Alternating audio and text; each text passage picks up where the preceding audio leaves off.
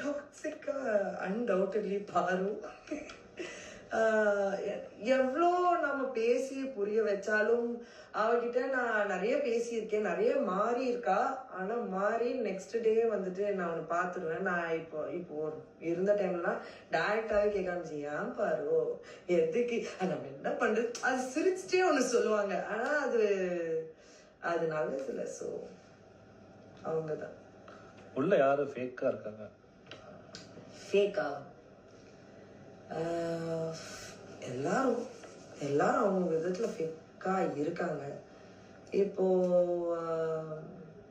நான் for example சபரியை சொல்லணும்னா, எனக்கு சபரியை வெளியிலே தெரியும். ஆனா அந்த சபரி உள்ள இருக்கானான்னு கேட்கறா, கிடையாது. உள்ள இருக்கிற சபரி வேற.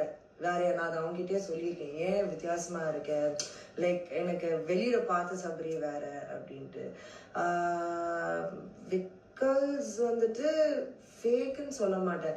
நடுவுல இருந்தது அவர் அந்த கிரேசியா பண்ணதான் எனக்கு கொஞ்சம் வித்தியாசமா இருந்துச்சு. வாட்டர் போய் அந்த பயமுறுத்துறதுனால தட் இஸ் வெரி டிஃப்ரெண்ட். ஃபேக்கா இல்லையான்னு சொல்ல முடியாது. வேற யாரு, வியானா நிறைய போய் சொல்லுவாங்க, நிறைய ஃபேக்கா அந்த அந்த கியூட்னஸ், அந்த வாய்ஸ் நிறைய இடத்துல வந்துட்டு.